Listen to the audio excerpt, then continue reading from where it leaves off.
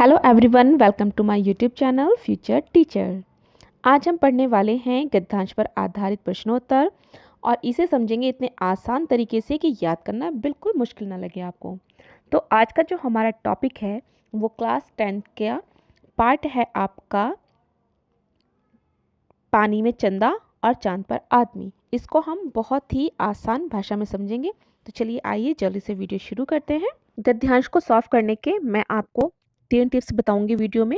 Video को last तक देखिएगा, ठीक है, ताकि आपके गद्यांश के जो आपके 6 नंबर्स हैं वो आपको पूरे मिले। ठीक है, फर्स्ट स्टेप है आपका, आपने क्या करना है, जब आपके पास क्वेश्चन पेपर आ जाए आपने सबसे पहले गद्यांश को पढ़ना है बहुत रिलैक्स होकर के कि गद्यांश में दिया क्या गया है।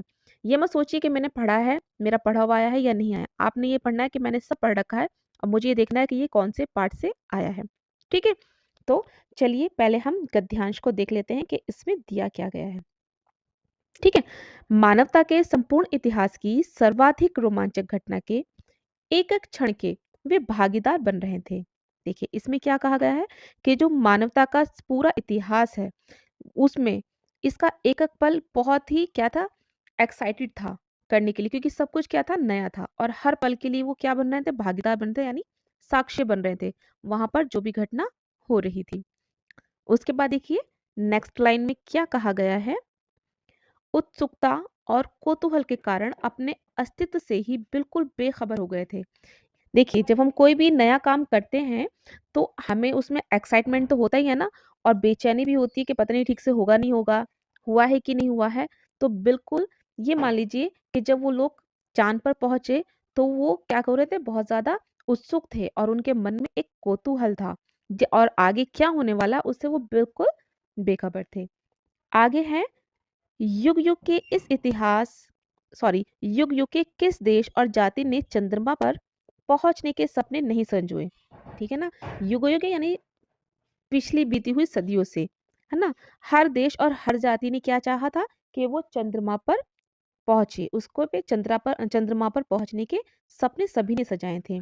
आज इस धारा के ही दो मानव उन सपनों को सच कर दिखाने के लिए कृत संकल्प थे कि देखिए जो युगों युगों से सपने देखे जा रहे हैं, है ना, उनको पूरा करने के लिए क्या था, आज ये वो भाग्यशाली दिन था जब हमारी मानव जाति के दो मनुष्य अपने उन सपनों को सच करने के लिए अपने संकल्प को पूरा कर रहे थे।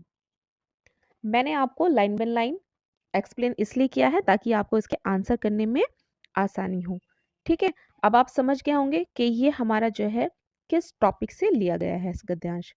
ठीक है, अब चलते हैं प्रश्नों को हल करने की ओर। यहाँ पर हम आपको स्टेप नंबर 2 बताएंगे कि आपको क्वेश्चंस को सॉल्व कैसे करना है। ठीक है, मैं ये ट्रिक तो आपको बता चुकी हूँ कि जब भी आपके पास ये क्वेश्चन आए उपरोक्त गद्यांश का संदर्भ लिखिए।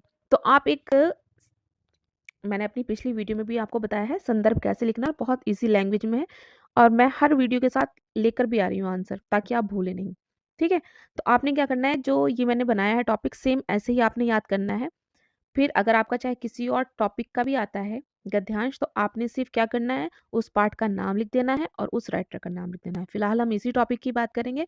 तो इसमें क्या दिया गया है, प्रस्तुत गद्यांश हमारी पाठ्य पुस्तक के गद्य खंड में संकलित पानी में चंदा और चांद पर आदमी नामक पाठ से लिया गया है।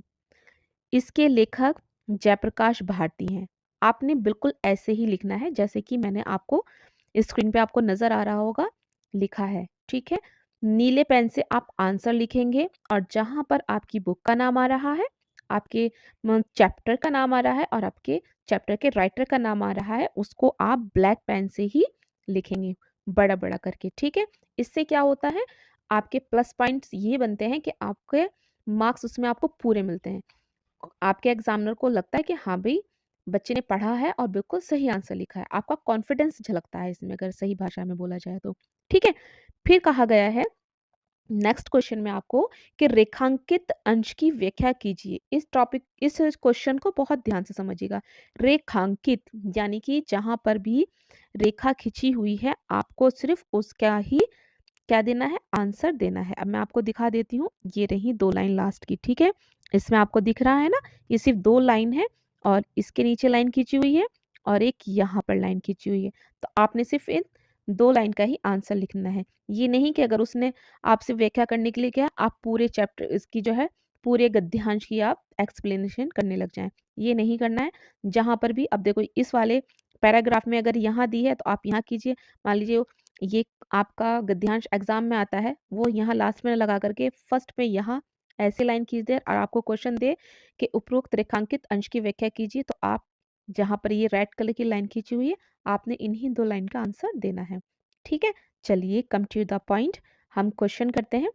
अब इसमें कहा गया है, प्राचीन काल से ही पृथ्वी पर स्थित प्रत्येक देश और उसके निवासी चंद्रमा की सतह पर उतरने के सपने देख रहे थे। ये हमने गद्यांश में पढ़ा है ना कि प्राचीन काल से क्या हो रहा है, हर देश के हर जाति के मनुष्य ने ये सपना सजाया है कि वो चांद पर पहुंचे। इसके लिए सभी देश निरंतर प्रयास करते रहे, किंतु 21 जुलाई 1969 के दिन इसी पृथ्वी पर रहने वाले 2 अंतरिक्ष यात्री नील आर्मस्ट्रॉन्ग और एडविन एल्ड्रिन चंद्रमा की सतह पर उतरे और उन्होंने इस पृथ्वी पर रहने वाले लोगों के सपने को सच कर दिया। देखिए, चूंकि ये आपके सिलेबस में है, तो यहाँ से आपका क्वेश्चन बन सकता है कि नील आर्मस्ट्रॉन्ग और एडविन एल्ड्रिन चंद्रमा पर कब पहुंचे, तो आपका आंसर हो जाएगा 21 जुलाई 1969। ये आपका बहुविकल्पीय प्रश्न भी बन सकता है, इसलिए आपके लिए एक एक लाइन बहुत इंपॉर्टेंट है, ध्यान से सुनते रहिएगा। नेक्स्ट क्वेश्चन है, रोमांचक घटना के भागीदार कौन बन रहे थे? तो कौन थे? देखिए, संसार के समस्त व्यक्ति अर्थात प्रत्येक स्त्री पुरुष और बालक जो रेडियो तथा टेलीविजन पर मानव के चांद पर उतरने की खबर सुन रहे थे, वे सभी इस रोमांचक घटना के भागीदार बन रहे थे। मतलब जो भी इस घटना से जुड़ी बातों को सुन रहा था, चाहे वो टीवी के माध्यम से देख रहा हो, चाहे वो रेडियो के माध्यम से सुन रहा हो, वो सभी इसी रोमांचक घटना के क्या हो रहे थे? भागीदार हो रहे थे, साक्ष्य बन रहे थे।